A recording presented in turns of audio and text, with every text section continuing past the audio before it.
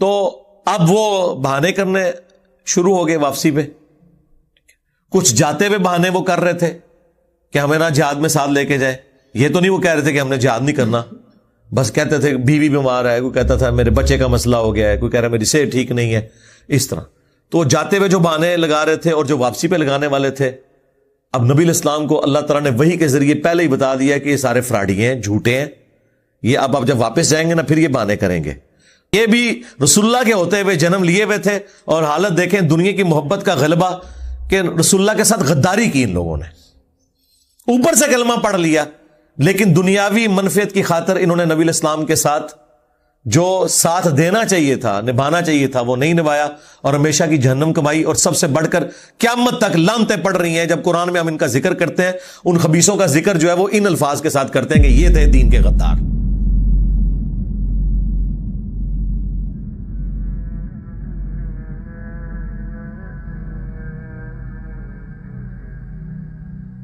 اچھا جی, اب وہ کرٹیکل ٹاپک کی طرف روئے سخن جا رہا ہے کہ نبی علیہ السلام غزوہ تبوک پہ اللہ نے آپ کو کامیابی دی ہے. 40 دن تک آپ رومن امپائر کے بارڈر کے اوپر بیٹھے رہے, اور کیسرے روم فوج لے کے بھاگ گیا, جنگ کے لیے تیار نہیں ہوا.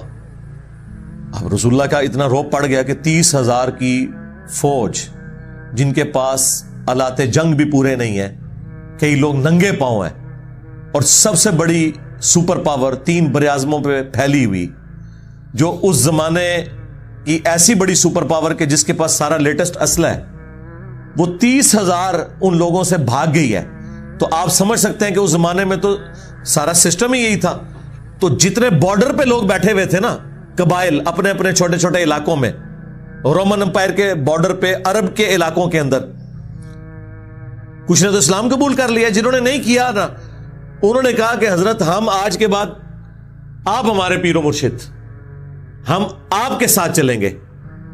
اور جو بزدل تھے انہوں نے کہا کہ ٹھیک ہے, ہم نہ ان کا ساتھ دیں گے نہ آپ کا دیں گے, لیکن یہ ہم آپ کو گارنٹی دیتے ہیں کہ اگر رومن امپائر دوبارہ عرب پہ حملہ کرنے آئی تو ہم نیوٹرل رہیں گے, ہم ان کا ساتھ نہیں دیں گے. پہلے تو وہ ان کے چمچے بنے ہوئے تھے نا, لیکن جب نبی علیہ السلام کا رعب انہوں نے دیکھا, اور نبی علیہ السلام پھر 40 دن تک رہے ہیں بارڈر پہ, سارے عرب قبائل نے آپ کے ساتھ معاہدے کرنا شروع کر دیے کہ ٹھیک ہے جی, ہم یا نیوٹرل رہیں گے یا آپ کا ساتھ دیں گے. اب یہ سب کچھ جب ہو گیا, پیچھے تو تھرتھلی پہ گئی, کیونکہ منافقین میں سے کچھ لوگ تو ساتھ گئے ہوئے تھے جنہوں نے واپسی پہ قاتلانہ حملہ حضور کے اوپر کیا تبوک سے واپسی پہ, اور کچھ پیچھے تھے جنہوں نے مسجد ضرار بنا لی.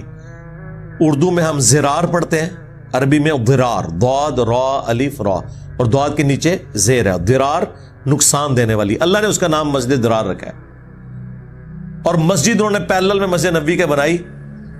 اب انہوں نے یہ پلان کیا, پہلے تو بنائی اس لیے تھی کہ چونکہ نبی علیہ السلام تو اپنے ساتھیوں سمیت نعوذ باللہ شہید ہو جائیں گے, سپر پاور سے کون زندہ بچ کے آئے گا, چاند ایک بچ کے آئے تو ہم اپنا یہ جو اپنا ہیڈ آفس ہے وہ مسجد ضرار میں شفٹ کریں گے, اور نبی علیہ السلام کی سیٹ پہ آ کے ہم بیٹھ جائیں گے اور اپنے معاملات آگے چلیں گے. یہ بھی ان کی خام خیالی تھی. مولا علی کو حضور چھوڑ کے گئے ہوئے تھے مدینے میں, آپ سوچ سکتے ہیں کہ رسول اللہ واپس نہ آتے اور مولا علی کے ہوتے ہوئے اس دین کا کوئی نقصان کر سکتا تھا؟ Not at all. خیر یہ ان کی ایک خام خیالی تھی. جب انہیں پتا چلا کہ یہ تو کام الٹ گیا ہے, جن کے ہاتھوں شہادت کا وہ سوچ رہے تھے وہ تو ان سے بھاگے ہیں, اب ان کو ہاتھ پاؤں پڑ گئے کہ اب حضور واپس آئیں گے تو ہم کیا بہانہ لگائیں گے. کوئی نہ کوئی تو ان کے پاس کوئی ٹاپک ہونا چاہیے نا حضور کو راضی کرنے کے لیے, کیونکہ انہیں پتا تھا کہ اب ہماری شامت آ جانی ہے, کیونکہ ہم نے تو غداری کی ہے. اور اس میں بعض مخلص صحابہ بھی تھے, وہ 3 اصحاب, کعب بن مالک کی توبہ کا واقعہ وہ آ جائے گا انشاءاللہ. اسی کی وجہ سے سورہ التوبہ نام ہے. ان کی توبہ اللہ تعالیٰ نے قبول کی تھی 50 دن کے بعد, لیکن وہ بڑی مشکل توبہ قبول ہوئی تھی. کامل ایمان مومنین بھی تھے بعض جو نفس سے مغلوب ہو گئے, اور بعض منافقین بھی تھے. مسجد ضرار کا ذکر بھی آگے آ جائے گا. تو پھر رسول اللہ کو حکم دیا گیا کہ آپ نے نہ تو اس مسجد میں کبھی جانا ہے نہ نماز پڑھنی ہے, الٹا کہا گیا کہ آپ نے اس مسجد کو گرانا ہے. یہ فتنے کی بنیاد پہ مسجد بنائی گئی ہے. مجھے بتائیں آج رسول اللہ اگر دنیا میں ہوں تو اکثر مسجدیں آپ کی گر جائیں. یہ ساری فتنوں کی بنیاد پہ ہے. ایک گاؤں میں ایک تو قبائل کی بنیاد کے اوپر مسجدیں بنتی ہیں، وہ تو پریڈکشن موجود ہے ابو داؤد کے اندر کہ زمانہ آئے گا لوگ مسجدوں کے اوپر فخر کریں گے، یہ مغلوں کی مسجد ہے، یہ راجوں کی مسجد ہے، یہ ان بنیادوں پہ تو بن ہی رہی ہیں. پھر فرقوں کی بنیاد پہ بھی بنتی ہیں کہ بریلویوں نے ایک مسجد بنا لی ہے تو دیوبندی کچھ عرصے بعد کہیں گے اسی بھی اپنی بنانی ہے، پاوے نمازی ہوتے بھی پورے نہ ہوں ایک صاف مسجد وہ بنا لیتے ہیں اپنی. اہل حدیث چلے جاتے ہیں وہ اپنی مسجد بنا لیتے ہیں فرقوں کی بنیاد کے اوپر فتنے کھڑے کرنے کے لیے، اپنی اپنی پارٹیاں لے کے الگ ہوں گے. تو اب وہ بہانے کرنے شروع ہو گئے واپسی پہ. کچھ جاتے ہوئے بہانے وہ کر رہے تھے کہ ہمیں نہ جہاد میں ساتھ لے کے جائے. یہ تو نہیں وہ کہہ رہے تھے کہ ہم نے جہاد نہیں کرنا، بس کہتے تھے بیوی بیمار ہے، کوئی کہتا تھا میرے بچے کا مسئلہ ہو گیا ہے، کوئی کہہ رہا ہے میری صحت ٹھیک نہیں ہے، اس طرح. تو جاتے ہوئے جو بہانے لگا رہے تھے اور جو واپسی پہ لگانے والے تھے، اب نبی علیہ السلام کو اللہ تعالیٰ نے وحی کے ذریعے پہلے ہی بتا دیا کہ یہ سارے فراڈی ہیں، جھوٹے ہیں، یہ اب جب واپس جائیں گے نا پھر یہ بہانے کریں گے. تو ان کا ساروں کا پورا کردار جو ہے نا اب وہ ڈسکس ہونے جا رہا ہے. یہ بڑا انٹرسٹنگ معاملہ ہے اور یقین کریں ان آیات کو پڑھنے کے بعد آپ کو پتا چلے گا کہ یہ صرف شعر کہنا بڑا آسان ہے، تیرے ہوتے جنم لیا ہوتا، ہو سکتا تو ابو جہل ہی ہوتا. یہ بھی رسول اللہ کے ہوتے ہوئے جنم لیے ہوئے تھے اور حالت دیکھیں دنیا کی محبت کا غلبہ کہ رسول اللہ کے ساتھ غداری کی ان لوگوں نے. اوپر سے کلمہ پڑھ لیا لیکن دنیاوی منفعت کی خاطر انہوں نے نبی علیہ السلام کے ساتھ جو ساتھ دینا چاہیے تھا، نبھانا چاہیے تھا، وہ نہیں نبھایا اور ہمیشہ کی جہنم کمائی. اور سب سے بڑھ کر قیامت تک لعنتیں پڑ رہی ہیں. جب قرآن میں ہم ان کا ذکر کرتے ہیں ان خبیثوں کا ذکر جو ہے وہ ان الفاظ کے ساتھ کرتے ہیں کہ یہ تھے دین کے غدار. اور حقیقت ہے، اور ڈاکٹر سرار صاحب والی مجھے بات یاد آئی، وہ کہتے تھے کہ آج کے دور میں اگر قرآن نازل ہوتا نا تو ہم مسلمانوں کا بھی ذکر اسی طریقے سے ہو رہا ہوتا، کیونکہ ہم میں سے بھی اکثر یہی کچھ ہی ہیں، نام کے ہی مسلمان ہیں. وَجَاءَ الْمُعَذِّرُونَ مِنَ الْأَعْرَابِ، اور پینڈو بادیہ نشین لوگوں میں سے لوگ، گاؤں کے رہنے والے لوگ بہانے بناتے ہوئے آئے، لِيُؤْذَنَ لَهُمْ، تاکہ آپ سے ان کو اجازت مل جائے، کسی طریقے سے جانا نہ پڑے تبوک پہ. وَقَعَدَ الَّذِينَ كَذَبُوا اللَّهَ وَرَسُولَهُ، اور بیٹھے رہیں وہ جنہوں نے اللہ اور اس کے رسول کے ساتھ جھوٹ بولا کہ ہمارے ساتھ یہ مسئلہ ہے. اصل میں وہ یہاں رکنا چاہتے تھے، وہ اپنی جان بچانا چاہتے تھے. ان کو کیا پتا تھا یہ جنگ ہونی نہیں ہے، ورنہ تو سارے تیار ہو جاتے. بس یہی تو چیک ہے نا، اللہ تعالیٰ بالکل ایج پہ لا کے نا آزماتا ہے. دیکھیں ابراہیم علیہ السلام کو کہاں جا کے اللہ تعالیٰ نے چھری بھی ہاتھ میں چلا دیا، ادھر جا کے کہا کہ ٹھیک ہے جی بس. لیکن ابراہیم کی تو جان نکال دی نا، انہوں نے تو اپنی قربانی. اس لیے اللہ نے کہا کہ ابراہیم تو نے اپنا خواب سچا کر دکھایا، دکھا دیا، ٹھیک ہے نا. وہ تو اللہ تعالیٰ نے غیبی معاملہ، بھائی ابراہیم نے تو اپنا حق ادا کر دیا. تو اللہ تعالیٰ بالکل ایج پہ لے آتا ہے. حضرت یعقوب علیہ السلام کو دیکھیں، پہلے ایک بیٹا لیا، دوسرا بھی گیا، ٹھیک ہے نا، بالکل ایج پہ لے آئے. جب وہ ایج پہ پہنچے نا تو وہاں آپ دیکھیں سورہ یوسف میں آتا ہے، جب ان کو بتایا جاتا ہے نا کہ دوسرا بیٹا بھی گیا تو وہ کہتے ہیں کہ ہو سکتا ہے قریب ہے کہ اللہ تعالیٰ مجھے سارے میرے بیٹے واپس کر دے، کیونکہ انہیں اب پتا چل گیا کہ اب میری تکلیف اس ایج پہ پہنچی ہے جس کے بعد ریلیف ہے. ان مع العسر یسرا، ہر مشکل کے بعد آسانی ہے، ٹھیک ہے نا. تو وہ بیسیکلی اس کے پیچھے کیا تھا جناب، سیدھی سی بات ہے، اللہ تعالیٰ جو ہے نا جی اپنی محبت میں کسی دوسرے کو شریک نہیں ہونے دیتا. اصل بات یہ تھی، حضرت یعقوب علیہ السلام اپنے بیٹے سے بڑی محبت کرتے تھے، اگرچہ وہ محبت جائز محبت ہے، اولاد ہے، اللہ نے رکھی ہے، لیکن اللہ تعالیٰ کہتا ہے کہ مخلوق کی محبت دل میں ایسی نہ آئے کہ میرے معاملے میں کوئی سامنے کھڑا ہو جائے. حالانکہ ایسا نہیں ہوا ہوگا، لیکن ظاہر ہے کہ جن کے مرتبے ہیں سوا، ان کی سوا مشکل ہے نا. تو دیکھیں وہ 40 سال کی تکلیف کاٹی، پھر دوسرا بیٹا جس کی شکل میں وہ یوسف کو دیکھتے تھے، کیونکہ وہ دونوں ایک ماں سے تھے، حضرت یوسف علیہ السلام اور بنیامین، یہ حضرت یعقوب علیہ السلام کی ایک بیوی سے تھے، وہ بھی لے لیا. اب وہ جب اس پیک کو تکلیف پہنچی نا کہ اب تو کچھ نہیں رہا، پھر اللہ ہی اللہ ہوتا ہے. یہ ذہن میں رکھیں، انسان کے پلے جب کوئی شے نہ رہ جائے تو اس وقت جب اندر سے تڑپ نکلتی ہے نا، اس لیے ان کی پھر الفاظ ہیں سورہ یوسف میں کہ قریب ہے کہ اللہ تعالیٰ مجھے وہ بیٹے بھی واپس کر دے. انہیں پتا چل گیا کہ اب یہ معاملہ جو ہے نا تکلیف بالکل اینڈ پہ پہنچ گئی، اس کے بعد آسانی ہے، ٹھیک ہے. قرآن میں اللہ تعالیٰ نے یہ بھی فرمایا کہ جب کبھی اہل ایمان کے اوپر تکلیف آتی ہے حتیٰ کہ وقت کا رسول اور ساتھی پکار اٹھتے ہیں کہ کہاں ہے اللہ کی مدد، متا نصر اللہ، تو اللہ تعالیٰ متا پھر اس وقت اللہ تعالیٰ کی مدد آ جاتی ہے. ٹھیک ہے، یہ تو پھر جناب معاملہ بڑا بہت ہی حیران کن ہے. یہ اللہ کی عادت ہے جی، سیدھی سی بات ہے. جنت اس نے پلیٹ میں رکھ کے تو آپ کو نہیں دینی، ہر بندے کی آزمائش ڈفرنٹ ہے. اللہ اکبر. وہ اس لیے آتے تھے کہ آپ سے اجازت لیں. وَقَعَدَ الَّذِينَ كَذَبُوا اللَّهَ وَرَسُولَهُ، اور بیٹھے رہے وہ لوگ جنہوں نے جھوٹ بولا اللہ اور اس کے رسول کے ساتھ. سَيُصِيبُ الَّذِينَ كَفَرُوا مِنْهُمْ عَذَابٌ أَلِيمٌ، ان قریب ان میں سے جو لوگ کفر کرنے والے ہیں انہیں اللہ تعالیٰ دردناک عذاب دے گا. ان قریب سے مراد کہ مرنے والے ہیں، پھینٹی لگ جائے گی، پہنچنے والے ہیں ہمارے پاس، چمڑی اتار دیں گے. دنیا میں تو ڈھیل دیتے ہیں، یا دنیا میں بھی ذلت اور رسوائی مقدر ہو سکتی ہے. لیکن ساتھ ہی ساتھ اللہ تعالیٰ نے فرمایا لیس علی الضعفاء، کوئی حرج نہیں ہے ان لوگوں پر جو کمزور تھے، یعنی بہت بوڑھے ہو چکے ہیں یا فائنینشلی کمزور ہیں، ان کے پاس مال و متاع نہیں ہے، اتنا لمبا سفر ظاہر ہے پیدل کرنا تو مشکل ہے، گھوڑا نہیں، اونٹ نہیں، ساز و سامان نہیں، تو ان کے اوپر نہیں ہے. لیکن ظاہر ہے کہ وہ بھی آ کے ویسے حضور سے پھر کہتے تھے کہ آپ ہمارے لیے کوئی ارینج کریں، اوپر سے نہیں، اندر سے. اور نشانی یہ کہ واپس جب پلٹتے تھے حضور کہتے تھے میرے پاس کچھ بھی نہیں، تو روتے ہوئے وہاں سے اٹھتے تھے. وہ آگے آ رہا ہے ذکر. تو ایسے کمزوروں کے اوپر ولا علی المرضى، اور نہ مریضوں کے اوپر کوئی گرفت ہے. ولا علی الذین لا یجدون ما ينفقون حرج، اور نہ ان لوگوں پہ کوئی گرفت ہے اللہ کی کہ جو کوئی مال نہیں پاتے کہ اللہ کی راہ میں خرچ کر کے جہاد میں شامل ہو سکے، ان پہ کوئی حرج نہیں. اذا نصحوا للہ ورسولہ، لیکن شرط یہ ہے کہ وہ اللہ اس کے رسول کے ساتھ مخلص ہوں. اندر کے اوپر فیصلہ ہوگا کہ اندر سے کیا ہے.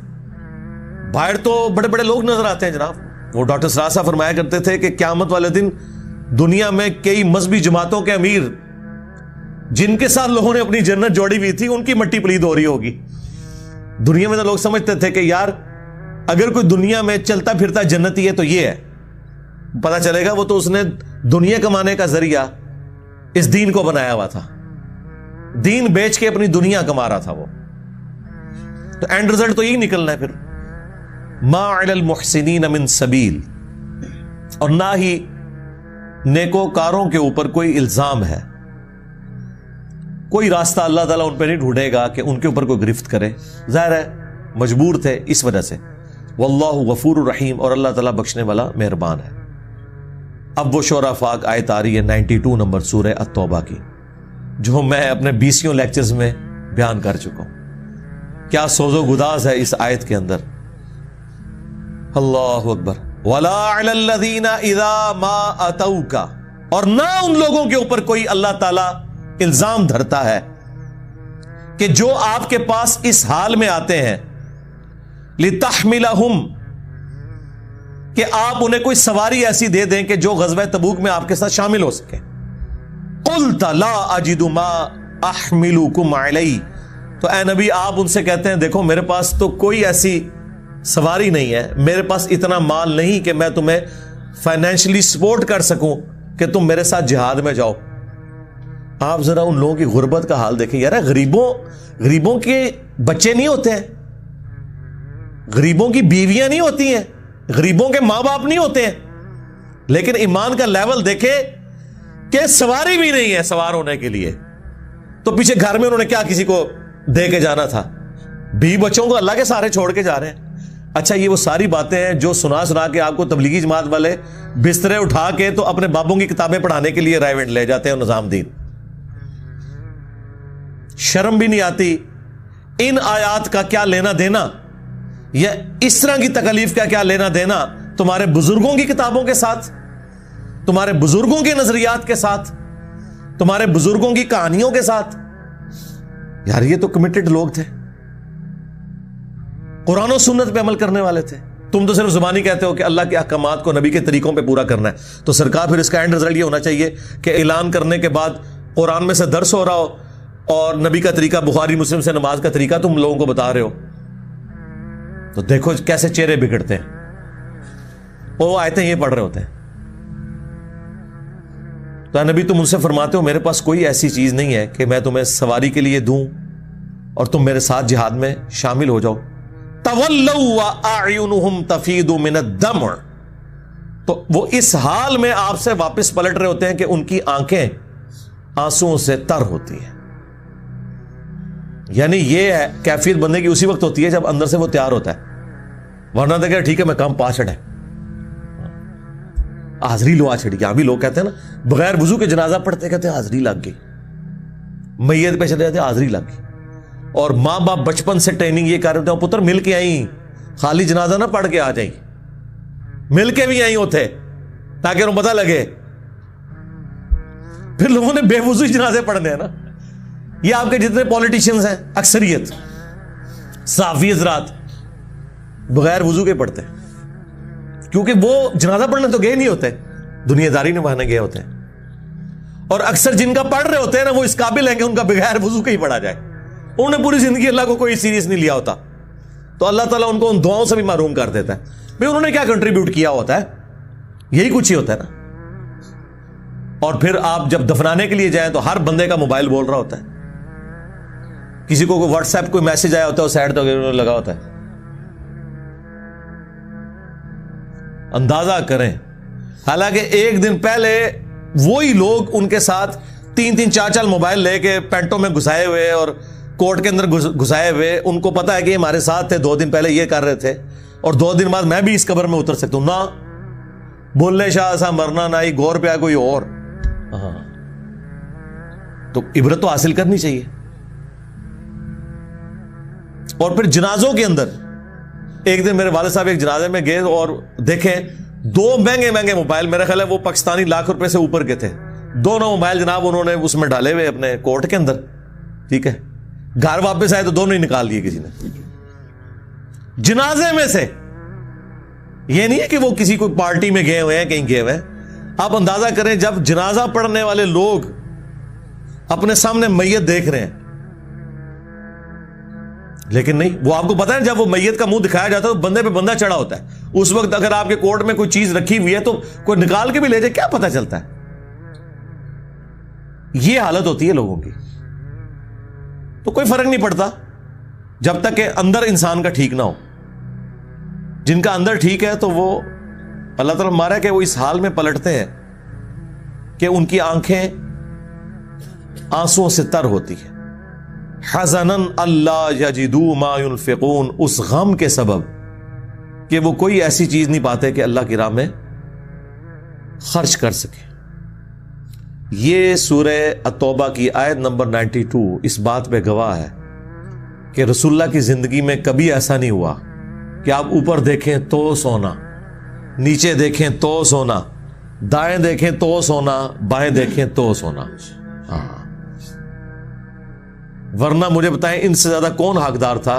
حضور کو یہ معجزہ ہی دے دیا جاتا, بعد میں کہتے او جی وہ حضرت صاحب نے مسلح چکیا تھلے سونا ہی سونا, اور وہ ظاہر مریدہ کو تھے آ کے سونے دی شکل ہی چو سکتا ہے سٹور کیتا ہوئے تھلے نہیں جی کانا سونے دیا.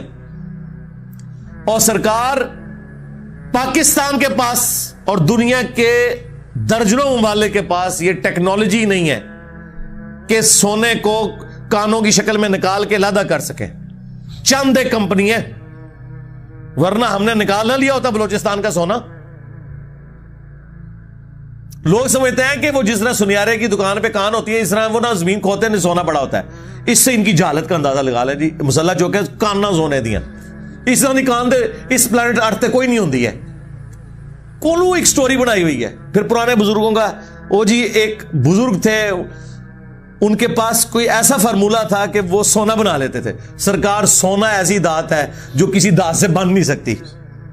یہ تو ایک اسٹیبلش رول ہو چکا ہے. سائنس نے دیکھے کتنی مٹی پلید کی ہے, اب ان حکیموں کے اوپر لانتے بھیجے جو پتہ نہیں کیا کیا کام کرتے تھے سونا بنانے کے لیے. سونا بن ہی نہیں سکتا. وہ سمجھتے ہیں اس طریقے سے ہے کہ 2-4 چیزیں جوڑنے سے جنا حلیم بن جاتی ہے نا, تو کوئی سونا بھی بن جاتا ہوگا. کوئی 2-4 درخت کی جڑی بوٹیاں ڈالے اور سونا بن جائے گا. ان کی جہالت کا لیول آپ دیکھیں. کانا جی سونے دیے تلے, تو سرکار پھر چندے کیوں لیتے ہو, بند کرو.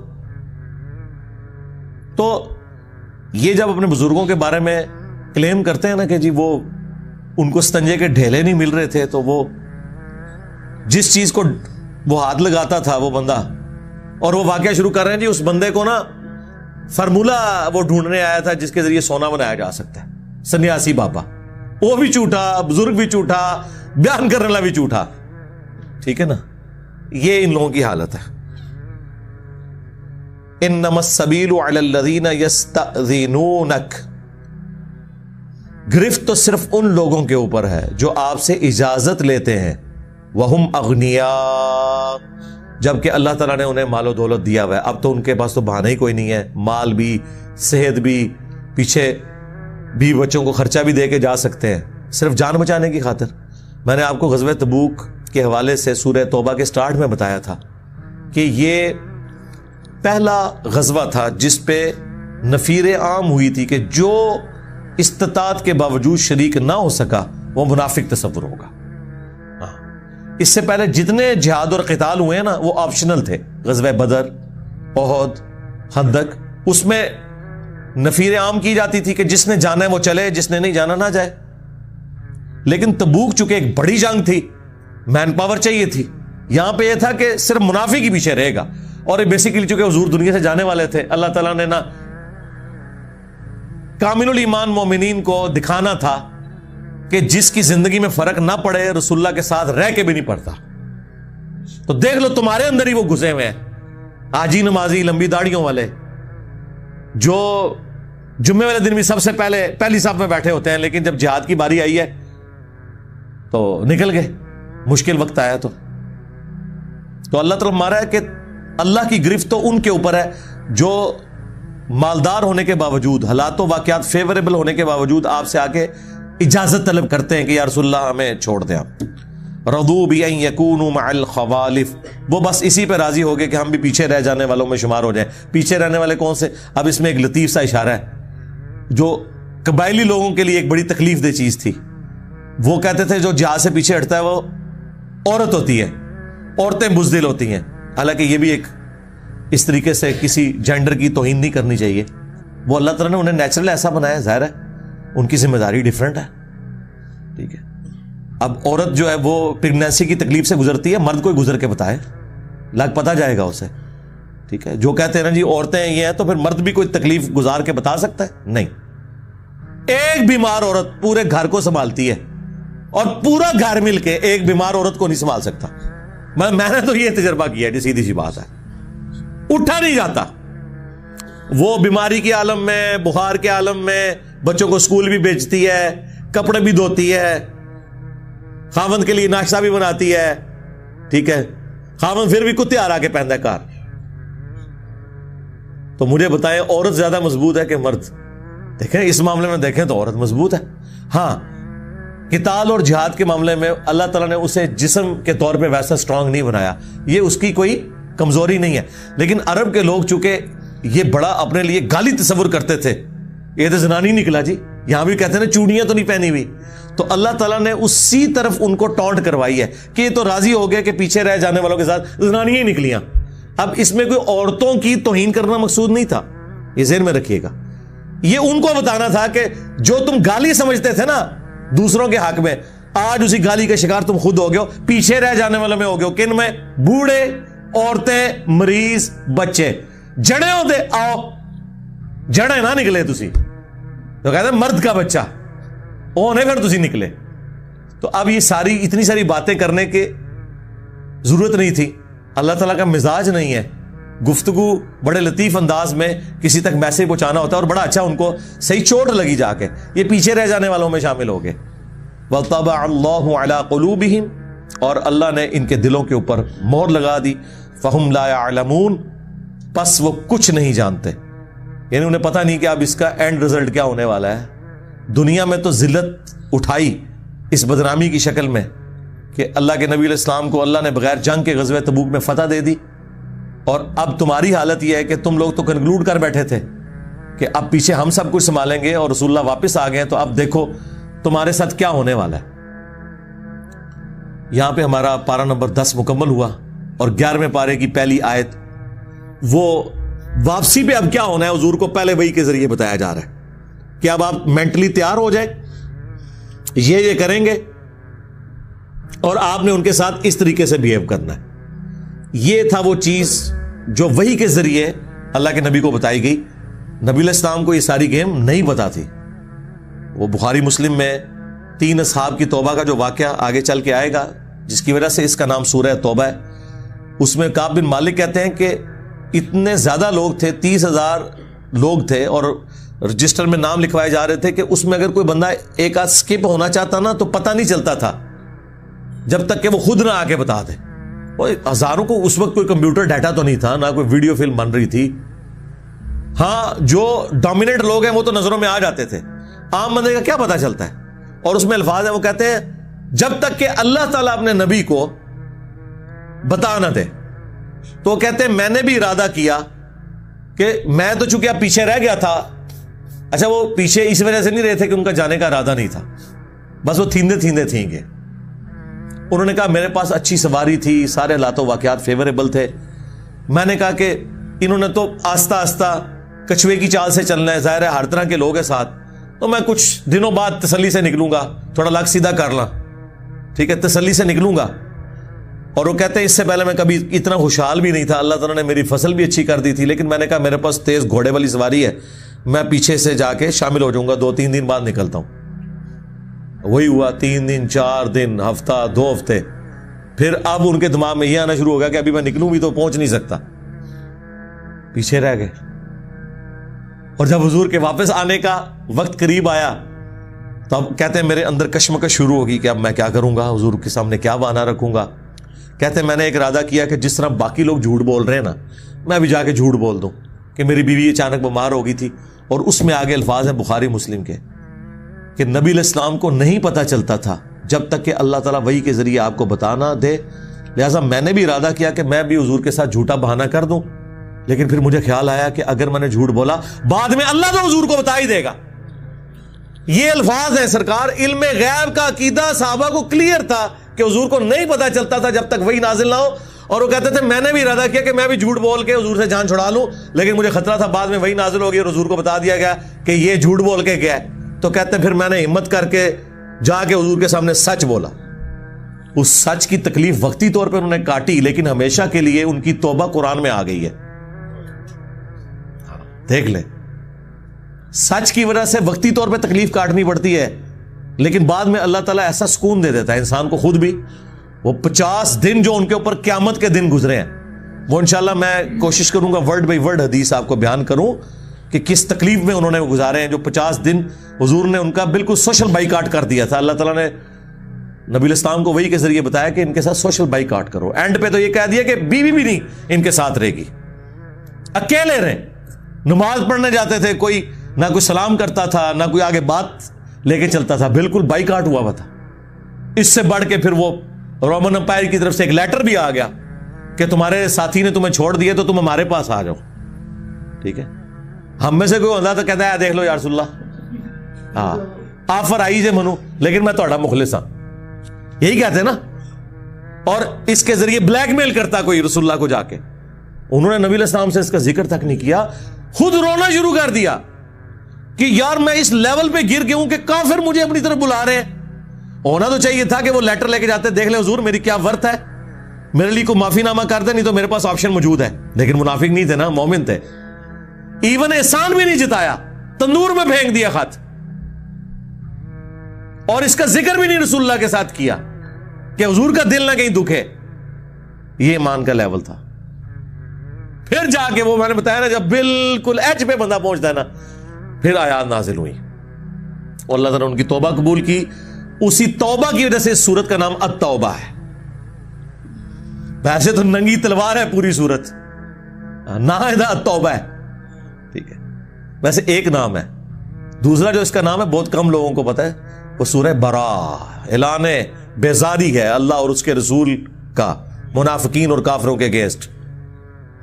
وہ سخت ذرا نام ہے، اس لیے توبہ زیادہ مشہور ہوگی ان صحابہ کی توبہ کی وجہ سے. بہرحال دیکھ لیں تو اب اس کا ذکر آ رہا ہے، یعتذرون الیکم اذا رجعتم الیہم، وہ بہانے پیش کریں گے جب تم واپس لوٹو گے ان کی طرف. قل لا تعتذروا، تو اے نبی ان سے تم نے فرمانا ہے کہ مت بہانے بناؤ، لن نؤمن لکم، ہم تمہاری کسی بات کا یقین نہیں کریں گے، قد نبأنا اللہ من اخبارکم، بے شک اللہ نے ہمیں تمہارے بارے میں پوری خبر دے دی ہے کہ تم لوگ 2 نمبر لوگ ہو۔ یہاں پہ کیا عقیدہ آیا؟ حضور کہتے ہیں کہ اللہ نے ہمیں خبر دے دی ہے، نبی تم نے یہ فرمانا ہے۔ یہ کیا کہتے ہیں جی؟ بزرگ دلوں کا حال جان لیتے ہیں۔ رسول اللہ کا بھی اسٹیٹس یہ کہ اللہ نے خبر دے دی ہے۔ وَسَيَرَى اللَّهُ عَمَلَكُمْ وَرَسُولُهُ، اور ان قریب مستقبل میں اللہ اور اس کا رسول تمہارے کرتوتوں کو دیکھیں گے، اعمال کو۔ ثُمَّ تُرَدُّونَ إِلَىٰ عَالِمِ الْغَيْبِ وَالشَّهَادَةِ، اور پھر تمہیں الٹیمیٹلی مر کے اس ہستی کے حضور پیش ہونا ہے جو غیب کا بھی جاننے والا ہے اور ظاہر کا بھی جاننے والا ہے، چھپی ہوئی چیزوں کا بھی اور ظاہر چیزوں کا بھی۔ فَيُنَبِّئُكُم بِمَا كُنتُمْ تَعْمَلُونَ، اور وہ تمہیں پھر آگاہ کر دے گا جو کچھ تم دنیا میں اعمال کیا کرتے تھے، سارا پردہ چاک ہو جائے گا قیامت کے دن۔ سَيَحْلِفُونَ بِاللَّهِ، ان قریب جب تم اے نبی واپس لوٹو گے تو یہ قسمیں کھائیں گے، اللہ کی موٹی موٹی قسمیں، لکم تمہارے لیے، اذا انقلبتم الیہم، جب تم ان کی طرف لوٹ کے جاؤ گے، لتعرضوا عنہم، تاکہ اے نبی تم اور تمہارے ساتھی ان سے راضی ہو جائیں۔ یعنی جھوٹے بندے کی نشانی ہوتی ہے کہ وہ بات بات پہ قسم کھاتا ہے اگلے بندے کو یقین دلانے کے لیے۔ اللہ کی قسم میری بیوی بیمار ہو گئی تھی، یا رسول اللہ مجھے قسم ہے اس ذات کی جس کے قبضہ قدرت میں میری جان ہے کہ میرے ابا جی بیمار ہو گئے تھے، اور ماں باپ کا تو حق ہے نا، آپ کو پتا ہے رزق حلال تو عین عبادت ہے، یا رسول اللہ قسمیں اٹھا اٹھا کے کہیں گے تاکہ تم ان سے راضی ہو جاؤ۔ اللہ اکبر۔ فَأَعْرِضُوا عَنْهُمْ، تو اے نبی تم نے ان سے رخ انور پھیر لینا ہے، اور ان کے صحابہ کو بھی ساتھ حکم دیا جائے۔